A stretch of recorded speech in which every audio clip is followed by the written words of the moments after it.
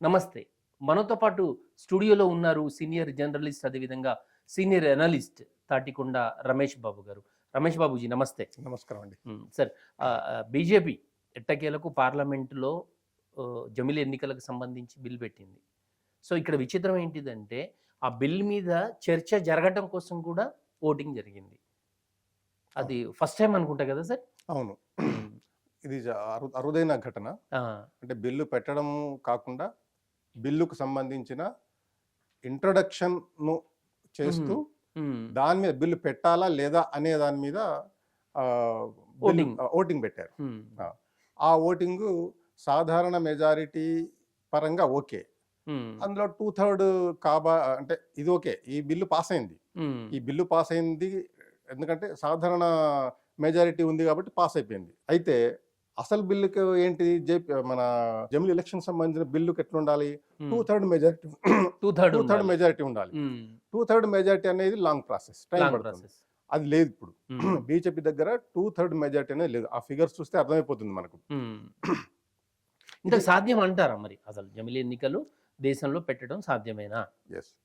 ఇది కొంచెం అంటే నెంబర్స్ గేమింగ్లో చూస్తే కనుక ఇప్పుడున్న నెంబర్స్ వీళ్ళ దగ్గర బీజేపీ లేదా ఎన్డీఏ దగ్గర ఉన్న నెంబర్స్ మనం పరిశీలిస్తే కనుక అది ఎట్లా పాసిబుల్ అనే ప్రశ్న వస్తుంది. వీళ్ళు ఏం మాయ చేస్తారో ఏం గిమ్మిక్ చేస్తారో అనేది ఒక డౌట్ వస్తుంటుంది. ఇది ఇంట్రెస్టింగ్ పాయింట్. అయితే వీళ్ళకు టైం కావాలి. ఇమ్మీడియట్గా ఇమ్మీడియట్ బిల్లు ప్రవేశపెడితే కనుక దాని మీద ఓటింగ్ అదంతా చర్చ నడుస్తూ ఉంటుంది. అది లేదు కాబట్టి వీళ్ళు చాలా వ్యూహాత్మకంగా కొంచెం టైం తీసుకునే ఉద్దేశంతో బిల్లు పెట్టాలా లేదా అనే దాని మీద ఓటింగ్ జరిపారు. అందువల్ల ఆ బిల్లు ఓకే అయిపోయింది. సాధారణ మెజారిటీతో అగ్రి అయిపోయింది. బిల్లు పాస్ అయిపోయింది. జేపీసీకి పంపించేశారు. మొదటి అంకం పూర్తయింది. ఓకే, మొదటి అంకం పూర్తయిపోయింది. జేపీసీ ప్రాసెస్ ఏంటి సార్? జేపీసీ అంటే జాయింట్ పార్లమెంటరీ కమిటీ. అంటే ఏదైనా కీలకమైన బిల్లు లేదా ప్రతిపక్షాలు కోరుకుంటున్నటువంటిది లేదా జనాలకు క్లారిటీ ఇవ్వాలి అనుకునేటువంటి అంశాల మీద జాయింట్ పార్లమెంటరీ కమిటీ వేస్తారన్నమాట. దాంట్లో ప్రతిపక్షాలు ఉంటాయి, ప్రభుత్వము ఉంటుంది, ప్రధానమంత్రి ఉంటాడు. ఇట్లా అన్ని పార్టీల నుంచి డిస్కషన్ చేస్తారు. ఒక అన్ని వాళ్ళకు ఉండేటువంటి డౌట్స్ అన్ని వాళ్ళు ముందు పెడతారు. పెట్టిన తర్వాత దాని మీద సుదీర్ఘమైనటువంటి చర్చ జరిగిన తర్వాత దాంట్లో మార్పులు చేర్పులు అయితే ముందు ముసాయిదా డ్రాఫ్టింగ్ ఏదైతే ఉంటుందో దానికి సంబంధించిన చర్చ జరుగుతుంది కాబట్టి ముందు ఆ డ్రాఫ్టింగ్ అంతా చదువుతారు వాళ్ళు.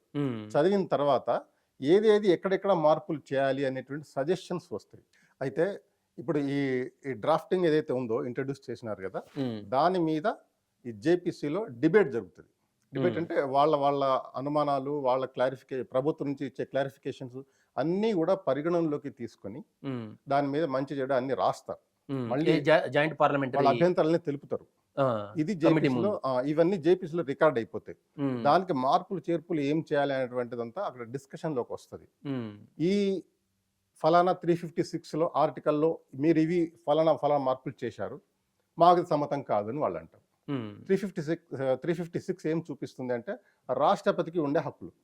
అంటే ఒక రాష్ట్రం మీద కానీ రాష్ట్ర శాసనసభను లేదా శాసన మండళ్లను లేకపోతే పార్లమెంట్ని రద్దు చేసేటువంటి ఒక ఆర్టికల్ అది కూడా ఇందులో ఉందన్నమాట. ఇది అల్టిమేట్.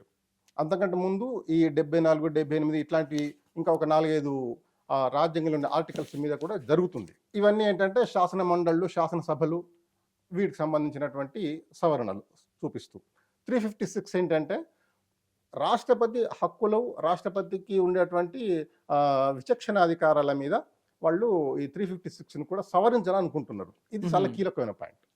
356 ఎందుకంటే వాళ్ళు ఏమేమైతే ఇప్పుడు చేయాలనుకుంటున్నారో పార్లమెంట్ లేదా జమిలి ఎలక్షన్స్, పార్లమెంట్ అండ్ అసెంబ్లీస్ వీటన్నింటికి సంబంధించి ఒకేసారి ఎలక్షన్స్ జరగాలి అనేటువంటి కాన్సెప్ట్ కాబట్టి దీనికోసం అల్టిమేట్గా ఏంటది రాష్ట్రపతికి ఆమోద ముద్ర అవసరం.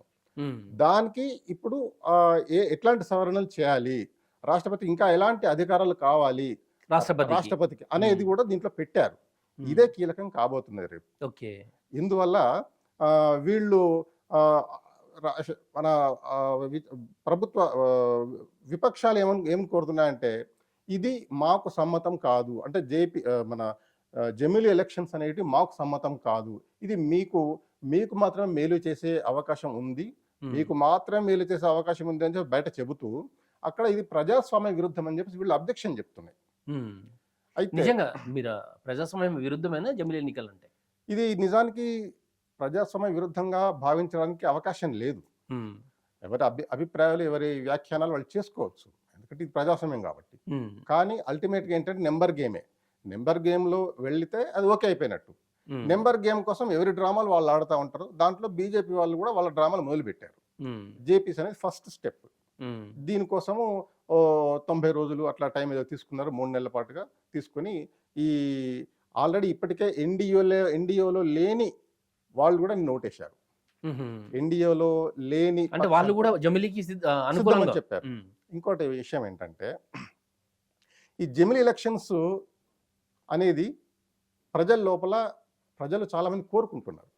మీరు చాలా యూట్యూబ్లలో కానీ లేకపోతే సోషల్ మీడియాలో కానీ ఒపీనియన్ పోల్ని మీరు గమనించినట్టయితే ప్రజలు జమిలీ ఎలక్షన్స్కు ఓటేస్తున్నారు. ఇదొక సింబల్, అంటే సిగ్నల్ జనాల్లో ఏం అభిప్రాయం ఉంది అనేది. అయితే విపక్షాలు సహజంగానే ఏముంటాయి, వాటికి ఏముంటుంది, వాళ్ళు ఏదైనా అంటే అధికార పక్షం ఏదైనా మొదలుపెట్టినట్టయితే అది మాకు ఎఫెక్ట్ అవుతుంది అనేది వాళ్ళకు సహజంగానే భయం ఉంటుంది, భయాందోళన సహజం ప్రతిపక్షానికి. అందులో కూడా కొంత పౌర సమాజంలో కానీ మేధావుల్లో కానీ ఉన్నటువంటి అభిప్రాయం ఏంటంటే జమిలీ ఎలక్షన్స్ అంటే రాష్ట్ర అసెంబ్లీలు ప్లస్ పార్లమెంట్ ఎలక్షన్స్ ఒకేసారి కాబట్టి అది ఆటోమేటిక్గా జాతీయ పార్టీలకు అడ్వాంటేజ్గా మారబోతుంది అనేది ఒక అభిప్రాయం ఉంది. చాలా ప్రాంతీయ పార్టీలు కూడా అదే చెప్తా ఉన్నాయి. ఎందుకంటే ప్రాంతీయ పార్టీలు ఉనికి కోల్పోయే ప్రమాదం జరుగుతుంది అని చెప్పేసి తమ వాదన చెప్తా ఉన్నాయి. నిజమే అంటారా? అయితే ఇందులో నిజము ఉంది, అబద్ధం ఉంది, రెండు ఉన్నాయి. ఎందుకంటే మనం చాలాసార్లు గమనించాము ప్రాంతీయ పార్టీలు, ఎందుకంటే ఇప్పుడు మొన్న తెలంగాణ ఏర్పడిన తర్వాత మన దగ్గర అసెంబ్లీకి వేరే ఎలక్షన్స్ వస్తున్నాయి, పార్లమెంట్కి వేరే ఎలక్షన్స్ వస్తున్నాయి. కానీ ఆల్రెడీ ఇప్పుడు ఏపీ చూసుకున్నట్టయితే అక్కడ జమిలీ ఎలక్షన్ నడుస్తుంది, ఎందుకంటే అసెంబ్లీకి పార్లమెంట్కి ఒకటేసారి జరిగింది. అయితే ఇంతకుముందు జరిగినప్పుడు కూడా కాంగ్రెస్ అక్కడ గెలిపించినప్పుడు ఇక్కడ టీడీపీని గెలిపించారు ప్రజలు. తర్వాత అనేక సందర్భాల లోపల కూడా మీరు లోకల్ ఎలక్షన్స్ చూసుకున్నప్పుడు కూడా, అసెంబ్లీ ఎలక్షన్స్ చూసినప్పుడు కూడా మీరు క్రాస్ ఓటింగ్ అనేది జరుగుతూ ఉన్నది. మీరు గమనించండి, అభ్యర్థులు, పార్టీ గుర్తులు, తర్వాత సిద్ధాంతాలు ఇట్లాంటివి ఏవి ఉన్నా కూడా ప్రజలు దేనికి ఓటేయాలనేది కొంత విచక్షణ నడుస్తుంది. ఇది కూడా మనకు ఆధారాలు ఉన్నాయి, మీకు ఏది చూసినా మీకు అర్థమైపోతుంది.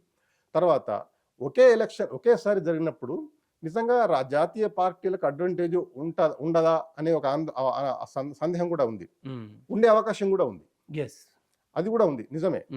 అల్టిమేట్గా ఏంటంటే ఒక వైడర్ రేంజ్ ఆలోచించినప్పుడు జమిలీ ఎలక్షన్స్ ను ప్రజలు కోరుకుంటున్నారు అనేది ఒక బ్రాడర్ పిక్చర్ లో మనకు అర్థమవుతున్న విషయం. ఈ రాజకీయ పక్షాలు సహజంగానే ఎట్లా ఉంటాయి, అధికార పక్షం ఏమైనా చేస్తుంటే అది వ్యతిరేకిస్తూ ఉంటే సహజం. అయితే దానికి క్లారిఫికేషన్స్ ఇవ్వాల్సింది ప్రభుత్వము లేదా ఓటింగ్ ఇట్లాంటివే. మీ అనాలిసిస్ ప్రకారము జమిలీ ఎన్నికలు జరిగితే ప్రాంతీయ పార్టీలకు వచ్చే నష్టం ఏం లేదు, ప్రజలు ఫిక్స్డ్గా ఉంటారు, ఏ పార్టీకి ఓటేయాలనే విచక్షణతోటి బూత్ వైపు వస్తారు తప్ప ప్రాంతీయ పార్టీలకు వచ్చేటువంటి నష్టం ఏం లేదు అని అంటారు మీరు. అయితే ఈ భయం ఎక్కడ వచ్చిందంటే మొన్న మన దగ్గర ఎంపీ ఎలక్షన్స్ లోపల బీజేపీకి గణనీయంగా పెరిగినాయి, 30% వచ్చేసినాయి. అంతకుముందు 20 వరకు 14 వరకు చూడండి మీరు. అంటే జాతీయ ఎలక్షన్స్ వచ్చినప్పుడు ప్రజల మూడు మారుతుంది అనేటువంటి ఒక అభిప్రాయం ఉంది, ప్రజల మూడు మారుతుంది, అదే మూడు స్టేట్ ఎలక్షన్స్ మీదుగా ప్రతిఫలిస్తుంది అనేది వాళ్ళ అభిప్రాయం. అది మనం కొట్టిపారేయలేము.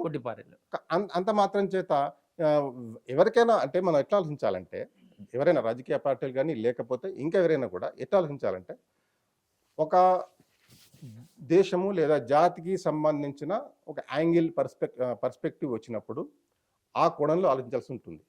జాతీయ పార్టీలు అంటే ఇప్పుడు ఏమొస్తాయి, కమ్యూనిస్టులు వస్తారు, కాంగ్రెస్ వస్తుంది, బీజేపీ వస్తుంది, ఈ మూడు వర్గాలే. ఈ మూడు వర్గాలలో ఎవరికో ఒకరికి ఓట్లేయాలి ప్రజలు. అవును. కానీ ఇప్పుడు జరుగుతున్న పరిస్థితులు ఏమైపోయిందంటే జాతీయ స్థాయి పార్టీ అయినటువంటి కాంగ్రెస్ ప్రాంతీయ స్థాయి కన్నా దిగజారిపోతుంది పరిస్థితి రాను. అంటే జాతీయ హోదాను రాను రాను అది క్రమంగా కోల్పోతున్నది అనేటువంటి ఒక అభిప్రాయం కలుగుతుంది, విశ్లేషకుల్లో కూడా కలుగుతున్నది. దాన్ని వాళ్ళు, అది వాళ్ళ ప్రాబ్లం, ప్రజల ప్రాబ్లం కాదు. అంటే రాజకీయ పార్టీల ప్రాబ్లాన్ని ప్రజల మీద ఎందుకు రుద్దుతున్నారు, ఎందుకు రుద్దాల్సిన అవసరం ఉంది అనేది ఒక ఆలోచన. ప్రజలు ఈ కూడా ఆలోచన చేస్తారు, చేయకుండా ఏం పోరు.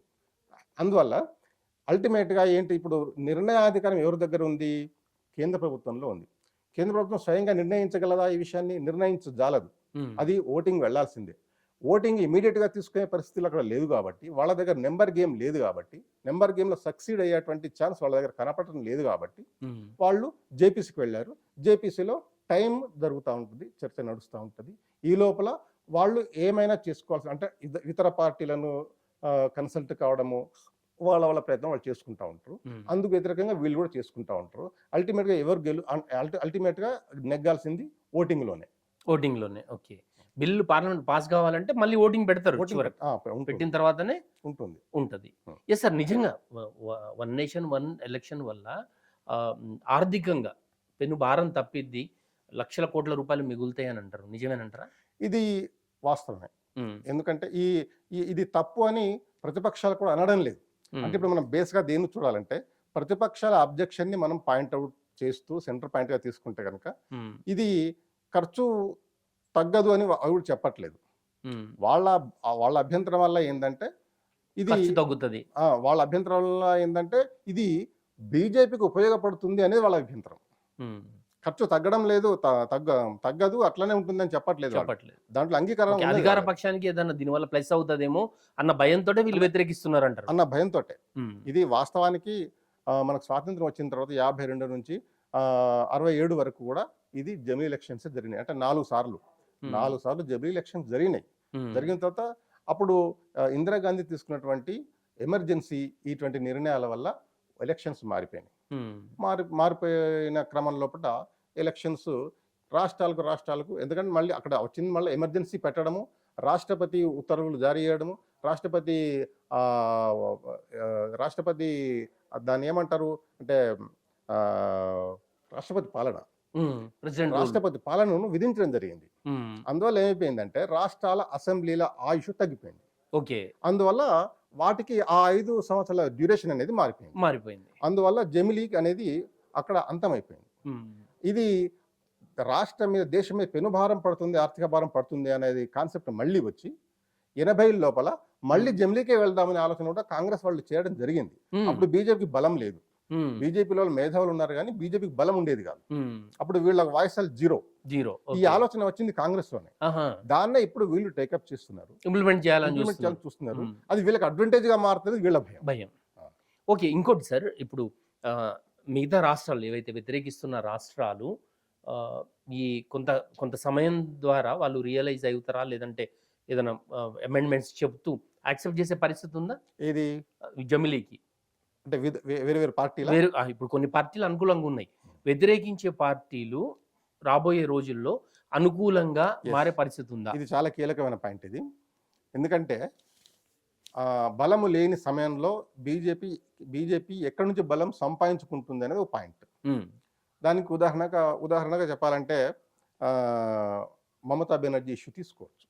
ఇప్పుడు మమతా బెనర్జీ రాహుల్ గాంధీ లేదా కాంగ్రెస్ ను కొంత వ్యతిరేకిస్తున్నారు. నిన్న మొన్నటి వరకు కాంగ్రెస్ అంటుకొని పూసుకొని తిరిగినటువంటి పార్టీ.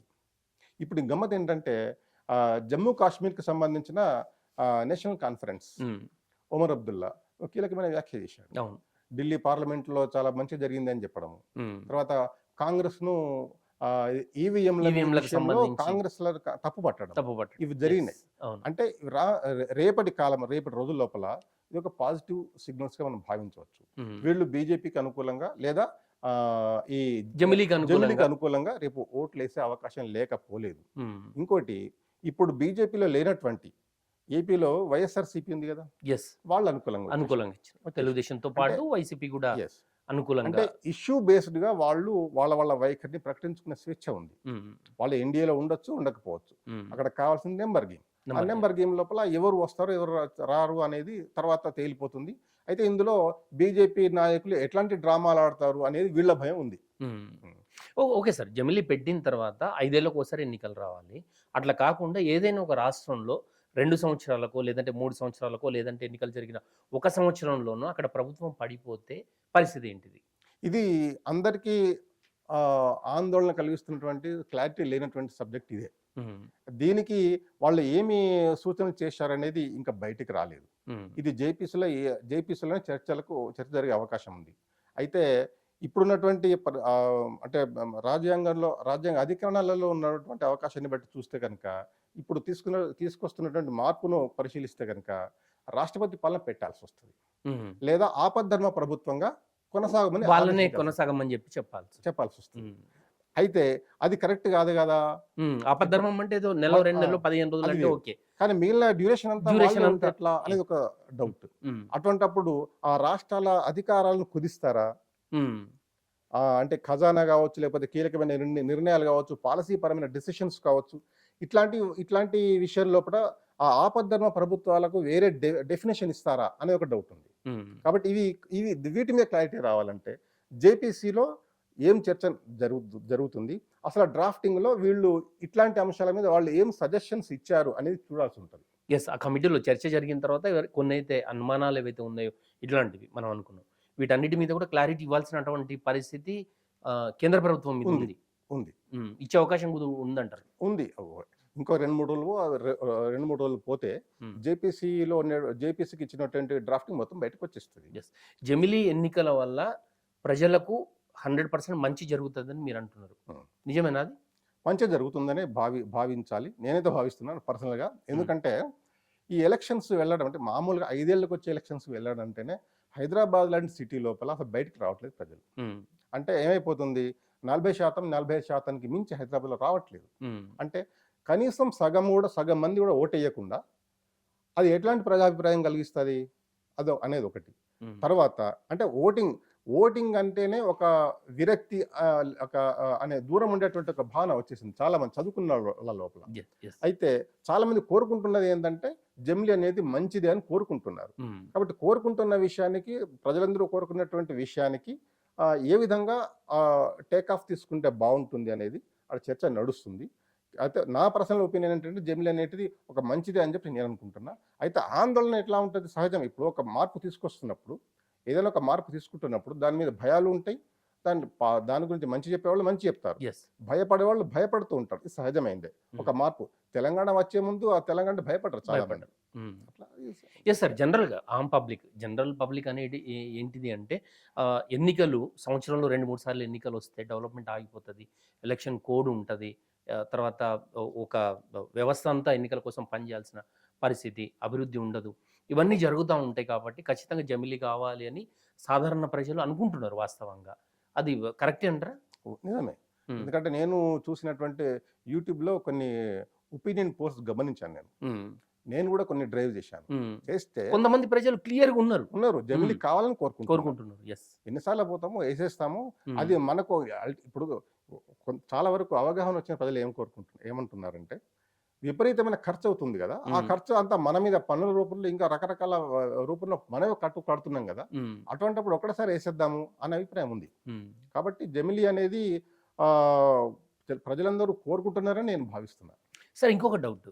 జమిలీ లేకుండా పార్లమెంట్ ఎన్నికలు పెడుతుంటేనే ఒక్కొక్క స్టేట్‌లల్ల 4 విడతలుగా, 5 విడతలుగా ఎన్నికలు జరుగుతా ఉన్నాయి. హ్మ్. దానికే ఇబ్బంది పడుతున్నారే మరి. జమిలీ పెడితే దేశవ్యాప్తంగా ఒకటేసారి ఎన్నికలు. హ్మ్. ఎట్లా సాధ్యమైతది? ఇంతకుముందు అంటే ఇప్పుడంటే ఈవీఎంస్ వచ్చినాయి. హ్మ్. బ్యాలెట్ పేపర్‌లు ఉన్నప్పుడు కూడా 2 నెలలు, 3 నెలలు జరుగుతానే పోయినాయి కౌంటింగ్. ఎలక్షన్స్. ఎలక్షన్స్. ఎలక్షనీరింగ్ చాలా హ్మ్. 5, 6 నెలల వరకు కూడా జరిగినటువంటి సందర్భాలున్నాయి. హ్మ్. అంటే అప్పుడు మనకు ఇంకా ఇంత రవాణా వ్యవస్థ లేదు, ఇంత టెక్నాలజీ లేదు. హ్మ్. ఒక దగ్గర నుంచి ఒక దగ్గరికి వెళ్లి ఓటింగ్ జరపాలంటే ఈ టీమ్‌లు, ఈ బ్యాలెట్ బాక్సులు ఉద్యోగులను ఇవన్నీ కూడా యెస్. తరలించుకోవాల్సినటువంటి సందర్భం ఉన్నది. మనం చూసినాం. మన చరిత్రలో ఉంది. కాబట్టి అప్పుడు కూడా లాంగ్ టైమే తీసుకున్నది. అయితే ఇప్పుడు పెరిగిన టెక్నాలజీని వాళ్ళు ఏ విధంగా యూజ్ చేస్తారు హ్మ్. అనేది దీన్ని పరిగణనలోకి తీసుకుంటే గనుక ఆఫ్‌కోర్స్ ఈ స్టాఫ్ అనేది ఎక్కువనే పడుతుంది. ఇంకో పాయింట్ చెప్పాను నాకు గుర్తుకొచ్చింది ఇప్పుడే. ఇప్పుడు రానున్న 10 ఏళ్ల లోపట ఆహ్, లక్షలాది మంది యూత్‌ని కొత్త ఎంప్లాయీస్‌ని క్రియేట్ చేసే ఒక ప్రాజెక్ట్‌ని సెంట్రల్ గవర్నమెంట్ తీసుకోబోతున్నది. దీనికోసమే కాదు, మ్మ్. అంటే వాళ్లకు స్కిల్స్ ఇచ్చేసి వాళ్లకు ఉపాధి కల్పించే ఒక స్కిల్స్, అది సెంట్రల్ గవర్నమెంట్ ఆధ్వర్యంలో ఒక ప్రత్యేకమైన ఒక ప్రాజెక్ట్, మ్మ్. భారీ ప్రాజెక్ట్ తీసుకోబోతున్నారు.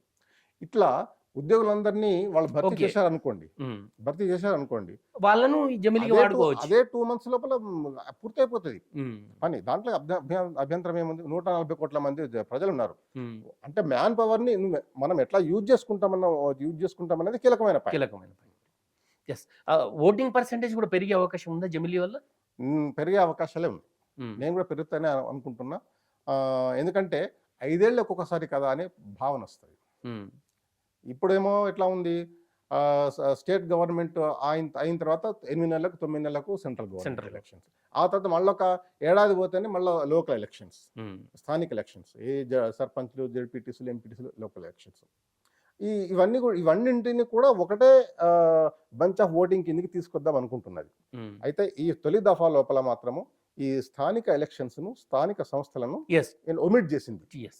వాటిని నెక్స్ట్ లెవెల్లో మళ్ళీ ప్రవేశపెడతారు వాళ్ళు అనుకుంటున్నారు. అంటే జనరల్ గా ఇదివరకు అయితే పార్లమెంట్ అసెంబ్లీకి జరిగిన తర్వాత 100 రోజుల్లోనే స్థానిక సంస్థల ఎన్నికలు కూడా జరగాలని చెప్పింది. అంటే అది ఇంత జమిలీలో అంతే 100 రోజులు, ఏడాది లోపల 1 year లోపలే పూర్తి చేయాలనేది ఒక కాన్సెప్ట్ ఉంది. అయితే ఇప్పుడు తొలి దఫా లోపల ఏడాది దాటకుండా ఆ తర్వాత వచ్చే దఫా లోపల ఇది కొన్ని నెలల తేడాతోనే పూర్తి చేయాలని చెప్పేసి వాళ్ళు అనుకుంటున్నారు, ఒక ఆలోచన. అయితే రాబోయే రోజుల్లో ఖచ్చితంగా మనం దేశవ్యాప్తంగా జమిలీ ఎన్నికలకు ప్రయత్నాలు జరుగుతున్నాయి, అవి జరిగే అవకాశం కూడా ఉంది అంటారు. ఉంది. అయితే దీనికి ఈ నెక్స్ట్ వచ్చే 2029లో పూర్తయిపోతుందా, లేకపోతే 2034 కూడా పడుతుందా? పెద్ద డౌట్ చాలా మందికి. అవును, జమిలీ వస్తే ఎప్పుడు వస్తుంది. అయితే సెంట్రల్ గవర్నమెంట్ ఇప్పటికి క్లారిటీ ఇచ్చింది ఏంటంటే 2027 లోపల మేము జనాభా గణన చేపడతాము, సెన్సస్కి వెళ్తాము. సెన్సస్కి వెళ్ళిన తర్వాత ఈ నియోజకవర్గాల పునర్విభజన జరుగుతుంది. డీలిమిటేషన్ తర్వాత 29లో ఈ జమిలీతోనే వెళ్తామనేది కొంత క్లారిటీ ఇచ్చింది. ఆ బహుశా అందుకోసమే ఇది వీళ్ళు తొందరపడుతున్నారు అని చెప్పి అనిపిస్తుంది. ఒకవేళ నెంబర్ గేమ్ లో కనుక వాళ్ళు అనుకున్న మ్యాజిక్ జరగకపోతే 2034 కూడా వెళ్ళొచ్చు. 10 years పట్టొచ్చు. ఎందుకంటే ఇప్పుడు వాళ్ళ దగ్గర ఫిగర్స్ లేవు కాబట్టి వాళ్ళు ఎంత మ్యాజిక్ చేసినా మిగతా వాళ్ళను ఓటింగ్ చేయించుకోవడమే. ఒకవేళ కుదరకపోతే తప్పదు ఇంకా. అయితే వాళ్ళ ప్రయత్నాలు మాత్రము ఈ ఎలక్షన్లోనే పూర్తి చేయాలి, 2029లోనే చేయాలి అనేది ఒక పట్టుదల మాత్రం వాళ్ళలో ఉంది. అది ఎంతవరకు సక్సెస్ అవుతారనేది చూడాల్సి ఉంది. థ్యాంక్ యూ రమేష్ గారు, జమిలీ ఎన్నికలకు సంబంధించి మంచి సమాచారం ఇచ్చినందుకు థ్యాంక్ యూ సో మచ్. ఇది ఇవాల్టి చర్చ. మరో గెస్ట్తో మళ్ళీ కలుద్దాం. చూస్తూనే ఉండండి జై స్వరాజ్య టీవీ.